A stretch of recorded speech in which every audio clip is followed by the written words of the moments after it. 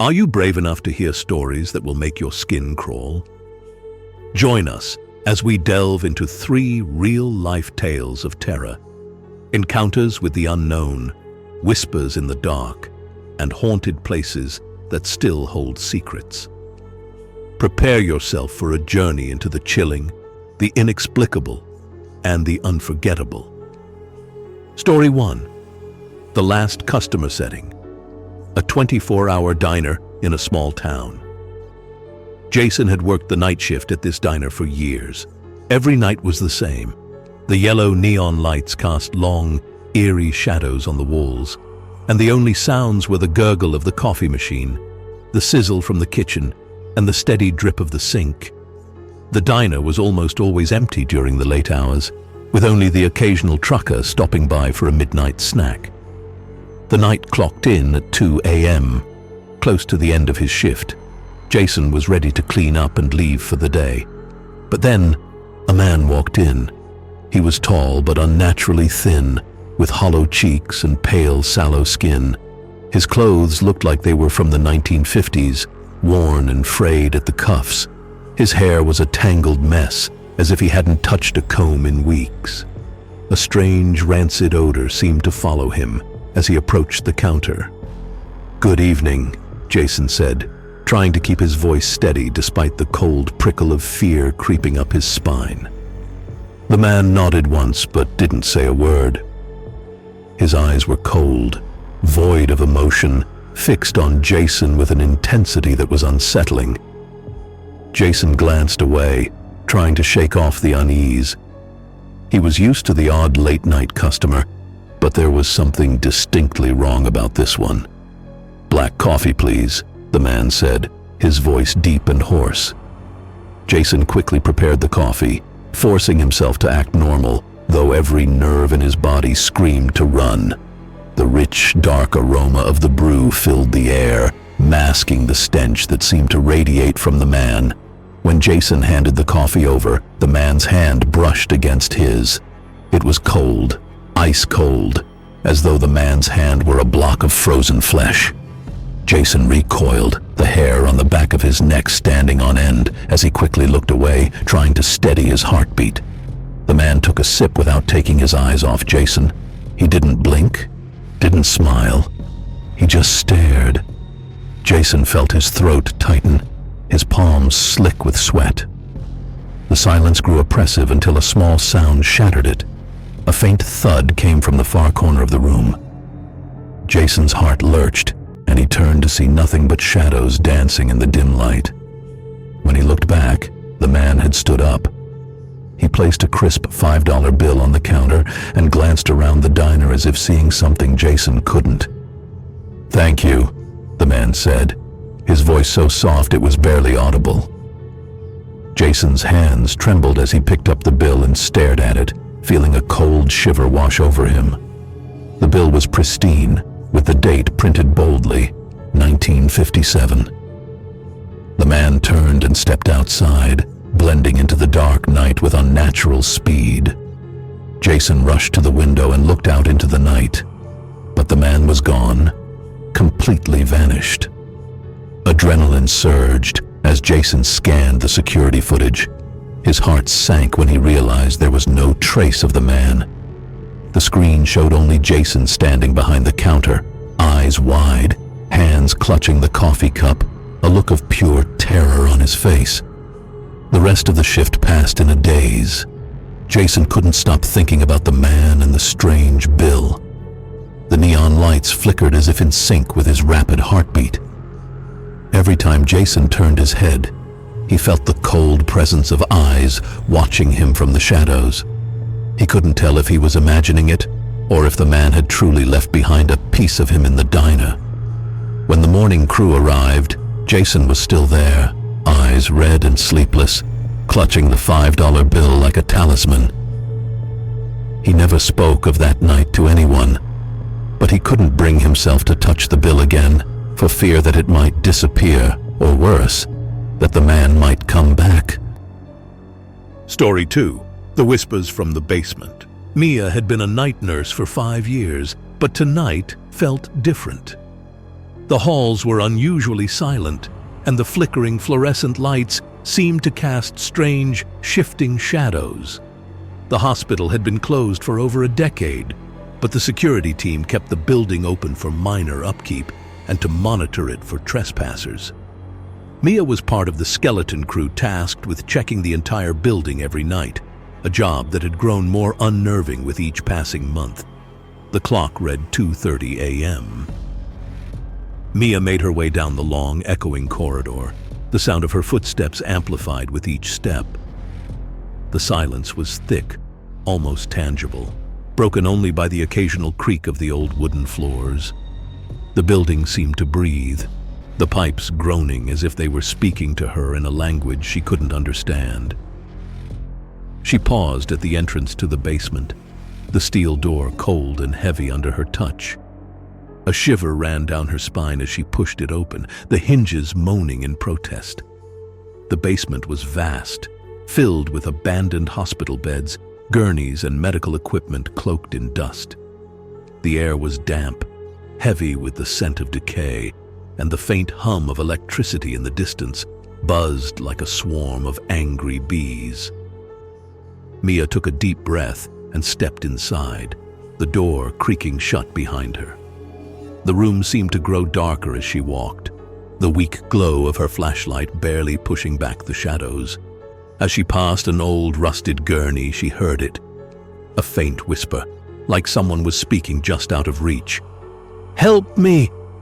Mia froze, her heart thudding so loudly she was sure it would burst. She spun around, the beam of her flashlight cutting through the dark, revealing nothing but the grotesque shapes of old medical tools and cracked tiles. The whisper came again, louder this time, coming from the far end of the basement. "Please help me!" The voice was dry and rasping, as if spoken through parched lips. Mia's skin prickled, but her curiosity urged her forward. The flashlight trembled in her grip as she followed the sound, her footsteps hesitant. It was coming from behind a pile of old wheelchairs and broken IV stands. Mia reached out and pushed aside a dusty wheelchair, the metal groaning as it moved. There in the corner stood a figure. Its back was turned, but the air around it felt cold and heavy. The figure moved slowly, as if weighed down by some unseen burden. Mia stepped forward, a tremor in her voice as she spoke. "Who's there?" The figure turned. Mia's breath caught in her throat. The face was pale, eyes sunken and hollow, with a jagged scar running across one cheek. A patient from long ago, or perhaps something else, something that had never left. "You shouldn't be here," the figure rasped. Its voice sent a shiver down her spine, and Mia stumbled back, almost tripping over a broken chair. The basement seemed to grow colder, the air sharp and suffocating. Suddenly, the whispering came from all sides, each voice speaking in unison, their tones mingling into a cacophony of desperate pleas. "Help us! We never left! We never left!" Mia bolted, her flashlight clattering to the ground as she ran. The voices followed her, echoing through the empty halls, each step louder, closer. She sprinted up the stairs, the cold air biting at her skin, until she finally burst out into the main lobby. The doors were locked, but she didn't stop to check. She flung herself against them until the glass splintered and gave way, and she stumbled out into the night air. Mia never returned to the hospital. The next day, the security team found her flashlight still on in the basement, pointed toward the dark, empty corner where the figure had stood. Story 3. The Abandoned House. Ethan and his friends were always looking for a thrill through daring adventures, but this time they had gone too far. The abandoned house they found lay deep in the old forest, deserted since the last century, and was said to be a refuge for wandering spirits. They arrived on a moonless night when the crescent moon cast a faint, eerie glow through the treetops. Ethan's group consisted of 4 people, each with their own distinct personality. Mia, the brave and stubborn girl, Jack, the calm and rational one, and Sam, the prankster who always tried to make everyone laugh. And Ethan, the leader, was the one the group always trusted. As they stepped into the house, the heavy wooden door creaked open, breaking the silence. Inside, the space was dark and musty, filled with the smell of damp and mold. Old floorboards creaked beneath their feet with each step, amplifying the tension. Jack turned on his flashlight, the weak beam illuminating dusty portraits and forgotten objects. "Is anyone here?" Mia called out, her voice echoing in the cold emptiness, only adding to the suspense. Ethan felt a shiver run down his spine. A cold gust of air swept over them, making the hair on the back of his neck stand on end. Suddenly, a faint noise came from upstairs. Footsteps, light and hesitant, as if someone was sneaking around. Sam laughed nervously. "Don't tell me you guys are scared. It's probably just the wind." But as they moved up the stairs, they realized the silence was not normal. The noises grew louder, almost like whispers coming from the end of the hallway. Jack's flashlight flickered, casting wild shadows on the cracked walls. "It's probably just rats," Jack said, trying to sound calm, but his voice was trembling. Each step took them closer to a small door where the voices seemed to be coming from. When Ethan pushed it open, a blast of cold air hit his face, carrying with it the stench of rot. In the dim light of the flashlight, they saw an empty room, except for a large mirror covered in dust. The surface of the mirror was fogged over, as if someone were standing on the other side. Mia stepped forward, her hand trembling as she touched the mirror. Suddenly, a face appeared, pale and hollow, with deep dark eyes staring directly at her. The group froze, hearts pounding in their chests. Mia's eyes twitched as she noticed claw-like scratches on the mirror, as if someone had desperately tried to escape. "You shouldn't be here," the figure rasped. The voice sent a chill down her spine, and Mia stumbled back, nearly tripping over a broken chair. The house seemed to grow colder, the air tight and suffocating. Suddenly, the whispers came from every corner, each voice speaking in unison, a cacophony of desperate pleas. "Help us! We never left! We never left!" Jack screamed, and Sam's voice joined in a panicked shout. Shadows began to shift, forming into ghostly figures that seemed to hover around them, waiting. The group ran, the flashlight clattering to the floor as they bolted for the exit.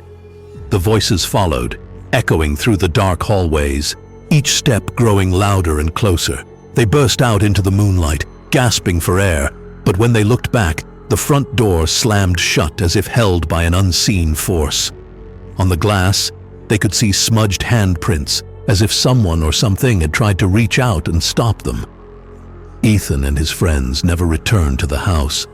From that night on, whenever the crescent moon appeared in the sky, they could still hear the whispers from the forest, as if warning them never to come back. We would love to hear your thoughts. Don't hesitate to leave your feedback on the stories or share your own chilling experiences. Send your story to thefearfulnarrator@gmail.com or connect with us on social media. The best stories will be featured in our upcoming videos. Subscribe now and join us in uncovering the mysteries beyond the veil of ordinary reality. Are you ready to face your fears?